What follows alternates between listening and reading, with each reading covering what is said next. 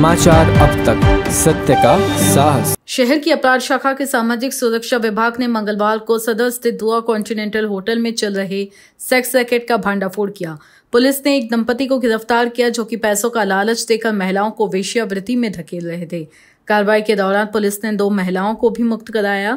गिरफ्तार दंपति की पहचान अलका हेडाऊ और इंद्रजीत हेडाऊ के रूप में हुई है, जो कि तहसील थाने के निवासी हैं। जानकारी के अनुसार पीआई कविता इसरकर के नेतृत्व में एसएसपी की टीम को जानकारी मिली थी कि सदर स्थित दुआ कॉन्टिनेंटल होटल में सेक्स रैकेट चल रहा है। इसी दौरान टीम ने कार्रवाई की और दंपति को गिरफ्तार भी किया है।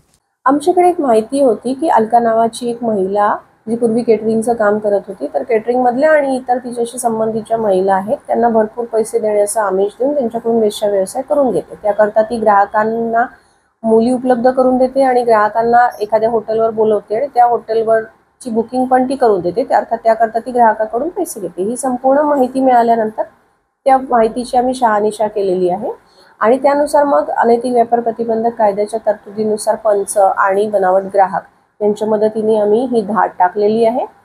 जी माहिती आम्हाला मिळालेली त्यानुसार सगळ्या गोष्टी आम्हाला तशाच मिळालेल्या आहेत। यामध्ये 2 महिला, एक 32 वर्षाची आणि एक 25 वर्षाची यांना रेस्क्यू करण्यात आलेला आहे आणि हे जे 2 आरोपी आहे श्रीमती अलका हेडाऊ आणि त्यांचे पती इंद्रजीत हेडाऊ यांना ताब्यात घेण्यात आलेला आहे।